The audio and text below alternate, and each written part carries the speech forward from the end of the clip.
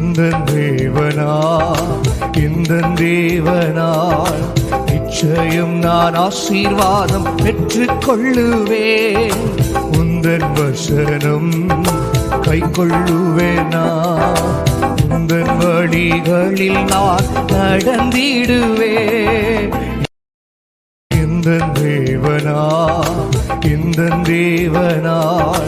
நிச்சயம் நான் ஆசீர்வாதம் பெற்றுக் கொள்ளுவேன். உந்தன் வசனம் கை கொள்ளுவேனா, உந்தன் வழிகளில் நான் நடந்திடுவேன். இந்த தேவனால்